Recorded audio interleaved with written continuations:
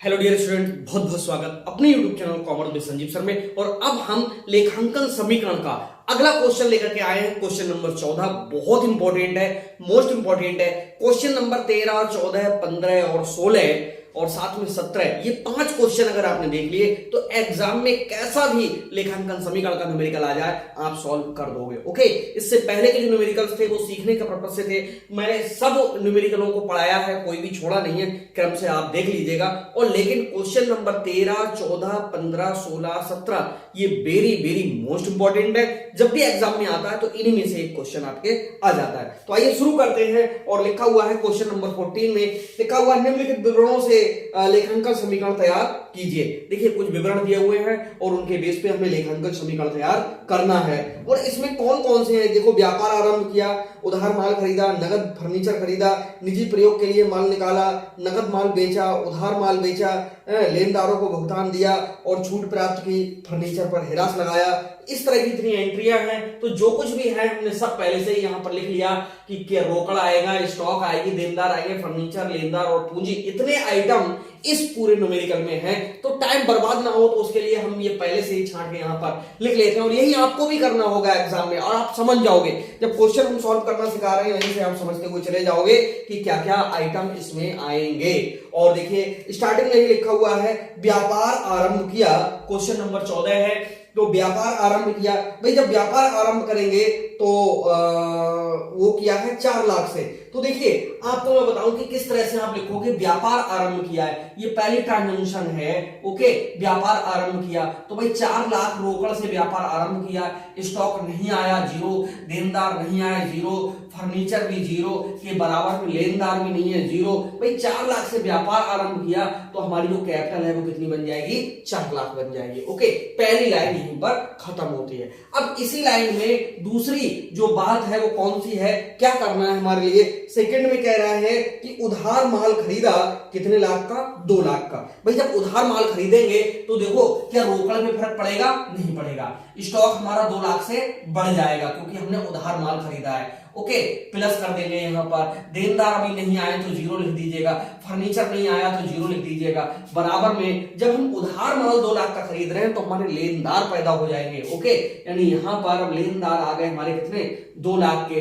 पूंजी को कोई फर्क नहीं पड़ा। किस तरह से अब यहाँ पर एक लाइन खींच दीजिएगा। और लाइन खींचने के बाद में देखो रोकड़ हमारे पास में कितनी रही, 4 लाख की रही। स्टॉक हमारे पास में कितने का हो गया, अब 2 लाख का हो गया। देनदार हमारे पास में 0 रहे, फर्नीचर हमारे पास में 0 है। बराबर में लेनदार हमारे पास में अब कितने लाख के हो गए, 2 लाख के हो गए। और पूंजी हमारे पास में कितने लाख की हो गई, 4 लाख की हो गई। ये कमेंट करके बताइए कि ये लाइन समझ में आई नहीं आई।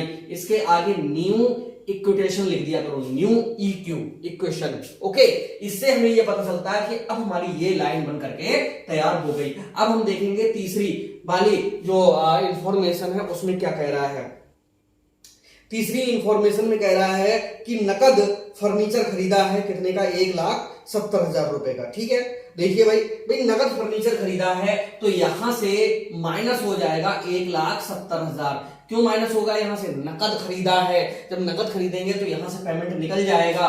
प्लस क्या इस स्टॉक पे कोई अंतर नहीं पड़ेगा, प्लस देनदार पे कोई अंतर नहीं पड़ेगा। फर्नीचर हमारा आ जाएगा 1,70,000 का।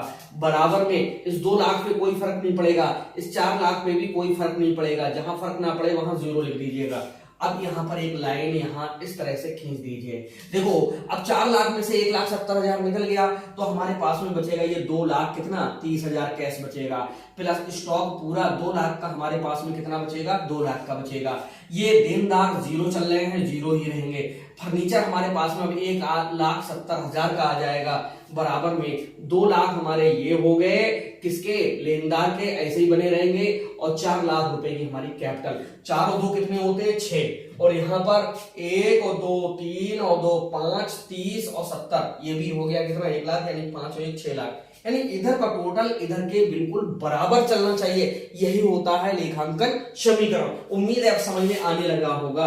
यहां लिखेंगे न्यू इक्यू, नई इक्वेशन अब हमारे लिए ये बन करके मिली है। अब हम तीसरे के बाद में चौथा आइटम लाएंगे। चौथे आइटम में देखिए क्या कह रहा है चौथे में कह रहा है निजी प्रयोग के लिए 35,000 रुपए निकाले हैं। ठीक है, निजी प्रयोग के लिए निकाले। तो भैया जब निजी प्रयोग के लिए निकालोगे 35,000 निकालोगे तो कैसी तो कम होगा, यहां से घटा दो कितने हजार, 35,000। यहां पर कोई फर्क नहीं, यहां पर कोई फर्क नहीं, यहां पर कोई फर्क नहीं, यहां पर कोई फर्क नहीं भैया, यहां से माइनस हो जाएंगे कितने हजार, 35,000। जब कैश निकलेगा इसका मतलब है कैपिटल भी तो कम होगी। ओके, निजी प्रयोग को हम आहरण कहते हैं और आहरण पूंजी में से हमेशा घटाया जाता है, इसलिए इस 4 लाख में से ये 35,000 घट रहे हैं। अब तो खूब समझ में आना चाहिए, यहां पर लाइन खींच दो। देखो भैया 230 में से 35,000 जाएंगे तो ये बचेगा 1 लाख कितना, 95,000 प्लस ये 2 लाख के पूरे कितने बचे हुए हैं, 2 लाख प्लस यहाँ 0 है तो 0, ये 1,70,000 है तो 1,70,000 बराबर में ये 2 लाख है तो ऐसे ही लिख दो 2 लाख और यहाँ प्लस यानी 4 लाख हमारी कैपिटल है, 35,000 रुपए घट रही है। तो अब हमारे पास में पूंजी बचेगी 3 लाख कितने हजार, 65,000। ये समझ में आया या नहीं आया, जरा एक बार देख करके कमेंट करके जरूर बताइएगा कि यहां तक समझ में आ रहा है या नहीं आ रहा है। ओके, अगले में कह रहा है कि नगद माल बेचा, कितने का बेचा है, 2,80,000 का, और उसकी जो लागत है वो है 1,70,000 की। देखो भाई बहुत अच्छा ये इन्होंने दो दिया है। अगला आइटम 5वें नंबर पे दिया है, चौथी बात 5वें में कि 2,80,000 का हमने नगद माल बेचा है और उसकी लागत है कितनी, 1,70,000 की।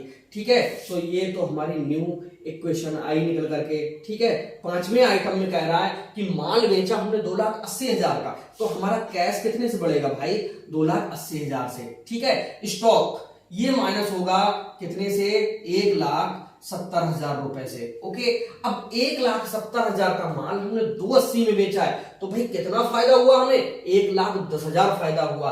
1,10,000 क्या देनदारों पे फर्क पड़ेगा, नहीं पड़ेगा।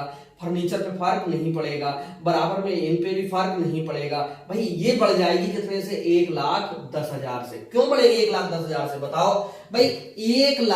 2,80,000 का हम माल बेच रहे हैं और उसकी लागत है 1,70,000, तो कितने में ज्यादा बिक रहा है, 1,10,000 में। ये हमारा क्या हो रहा है, लाभ हो रहा है। और लाभ से प्यारे बच्चों हमारी कैपिटल है वो क्या होती है, इंक्रीज होती है, बढ़ती है। देखो आहरण से घटी थी और लाभ से बढ़ रही है, तो इसलिए इसको जोड़ेंगे और यहां पर एक लाइन खींच देंगे और लिख देंगे यहां पर न्यू इक्वेशन, यानी नई इक्वेशन अब बन के तैयार होगी। वो आएगा 0 0 0 5 8 9 17 के साथ और 2 होते 4,75,000 तो हमारे पास कैश हो गया। माल इसमें से 1,70 का निकल गया तो ये वाला अब हमारे पास में मात्र बचा है कितने हजार का, 30,000 का। देनदार अब हमारे पास में अभी तक 0 ही है और ये वाला हमारे पास में जो है 1,70,000 का चल रहा है। क्या चल रहा है, ये चल रहा है हमारा फर्नीचर।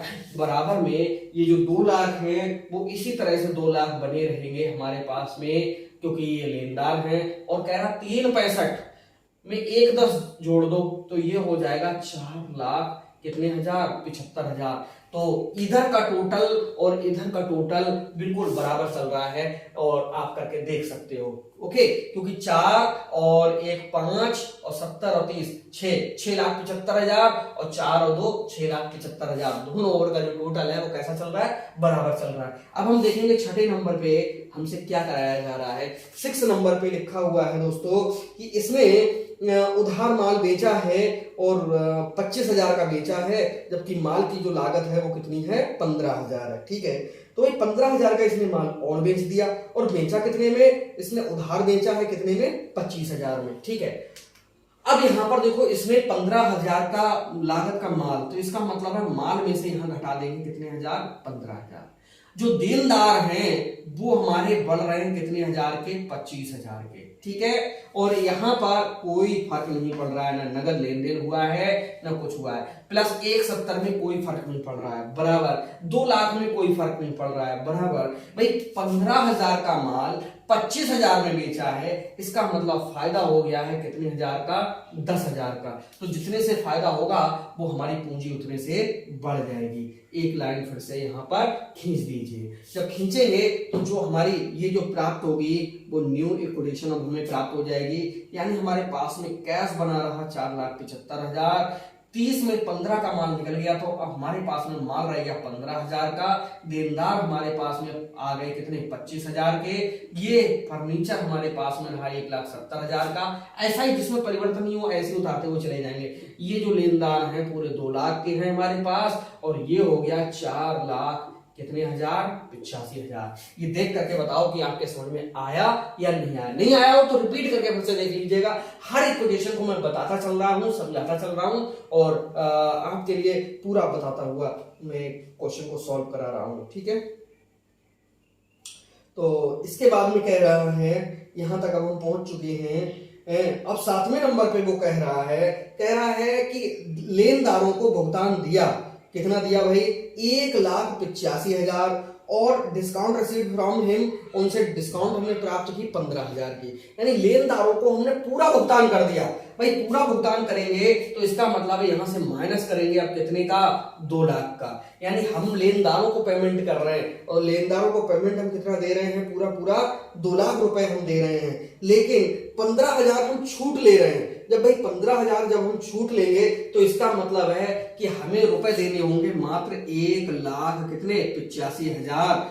अब 2 लाख का कर्जा खत्म हो रहा है, रुपए निकल रहा है 1,85,000, तो 15,000 रुपए का हम फायदा हो रहा है। यानी हमारी जो कैपिटल है वो बढ़ जाएगी कितने हजार से, 15,000 से। ओके, यहाँ पर कोई फर्क नहीं पड़ेगा, यहाँ पर कोई फर्क नहीं पड़ेगा, यहाँ पर कोई फर्क नहीं पड़ेगा। ओके, तो ये बराबर में घट जाएंगे 2 लाख। अब यहाँ पर लाइन खींच दीजिएगा। जब लाइन खींच देंगे तो देखो क्या निकल करके आ रहा है। ओके, देखो 475 में से 185 का हमने पेमेंट कर दिया, क्या बचा, 0 0 0, 5 में से 5 गया 0, और यहाँ पर कितना, 17 में से 8 गया तो यहाँ 9, 3 में से 1 गया 2, हमारे पास में कैश रह गया 2,90,000, प्लस ये जो हमारा स्टॉक है अब हमारे पास में रह गया है मात्र 15,000 का। ये हमारे पास में देनदार हैं अभी 25,000 के, और फर्नीचर हमारे पास में चल रहा है 1,70,000 का। बराबर में ये 2 लाख खत्म हो गए, अब 0 हो गए। ओके, प्लस ये हो गया हमारे पास में पूरी जो कैपिटल है वो कितने लाख की, 5 लाख की। इधर 5 लाख है, और इधर का भी अगर टोटल करके देखेंगे तो पूरा कितना होगा, 5 ही लाख होगा। ठीक है, तो ना मानो तो करके देख लीजिएगा। 290 में अगर 10 जाएंगे तो 3 लाख, 5,000 और 30,000 और 70, 4 लाख हो गया, और 1 लाख, ये 5 लाख, इन 5 लाख उधर और 5 लाख की टोटल इधर भी है। दोनों ओर का जो टोटल है वो कैसा चल रहा है, बराबर चल रहा है। ये हमारे पास में जो थी 7वीं इक्वेशन थी, अब ये हमको न्यू मिल गई है। न्यू इक्वेशन हमारी ये निकल करके आ रही। अब इसमें हमें 8वें नंबर पे जो कहेगा, क्वेश्चन थोड़ा बड़ा है, ये जिस तरह का कहता जाएगा उसी तरह का हम करते ही जाएंगे। 8वें नंबर पे अब हमारे लिए देखिए क्या करना है। 8वें नंबर पे कह रहा है डेप्रिसिएशन ऑन फर्नीचर 20,000। हमें डेप्रिसिएशन लगाना है फर्नीचर पे, कितना लगाना है, 20,000 लगाना है। तो भैया देखो डेप्रिसिएशन फर्नीचर पे लगाएंगे तो फर्नीचर की कीमत घटेगी, और फर्नीचर की कीमत यहां से घटा दो कितने हजार, 20,000, और 20,000 जब फर्नीचर की कीमत घटेगी तो हमारी पूंजी भी घटेगी कितने से, 20,000, क्योंकि 20,000 की संपत्ति कम होगी तो दायित्व भी कम होंगे। अब उधर कोई दायित्व है नहीं तो लायबिलिटीज कैपिटल में से घटाना पड़ेगा। अब भाई यहां पर क्या होगा, 2,90,000 पे कोई फर्क नहीं पड़ेगा, 15,000 पे कोई फर्क नहीं पड़ेगा, 25,000 पे कोई फर्क नहीं पड़ेगा। ओके, यहां पर ये माइनस हो ही रहा है, पूरा कितना, 20,000, बराबर में इस पे तो कोई फर्क नहीं पड़ेगा भाई, कैपिटल और घट जाएगी कितने से, 20,000 से। अब हमको ये करना है कि इन दोनों ओर का जो टोटल है वो देखना है क्या निकल के आ रहा है। यहाँ पर बचे हमारे पास में 2 लाख कितने, 90,000, यहाँ पर बचे ये कितने, 15,000, प्लस में ये वाले हैं कितने, पूरे 25,000। ठीक है, 25,000 के बाद में ये यहाँ पर अभी भी 170 में से 20 का डेप्रिसिएशन घट गया तो हमारे पास में बचेंगे 1,50,000, बराबर ये 0 रहा। 5 लाख में से 20,000 जाएंगे तो भी बचेंगे हमारे पास में 4,80,000। अब इधर 4,80,000 है, और इधर की अगर ये जो संपत्तियां हैं ये 4,80,000 की अगर बैठती हैं तो क्वेश्चन किया हुआ एकदम करेक्ट है और सही है। तो हम जोड़ के देखते हैं। देखो 2,90,000 है, इस 2,90,000 में अगर 10,000 यहां से शामिल कर देंगे तो 3 लाख हो गए, ये 3,05,000 हो गए, 3,05,000 में 25 जोड़ेंगे तो 3,30,000 हो गए, 3,30,000 में 1,000 जो 1 लाख जोड़ेंगे तो 4,30,000 हो गए, और 50 जोड़ेंगे तो 4,80,000 हो गए। इसका मतलब है कि ये भी टोटल है 4,80,000 और ये भी टोटल है 4,80,000। दोनों ओर का जो टोटल है वो कैसा है, बराबर है। जब बराबर है तो इसका मतलब ये क्वेश्चन पूरा सॉल्व किया हुआ कैसा, एकदम करेक्ट है। ओके, तो ये समझ में आया नहीं आया कमेंट में जरूर लिखिएगा, और ये टॉपिक हम बहुत जल्दी खत्म करेंगे जिससे हम अगला न्यूमेरिकल स्टार्ट कर सके। तो मिलते हैं नेक्स्ट वीडियो में, तब तक के लिए बाय बाय।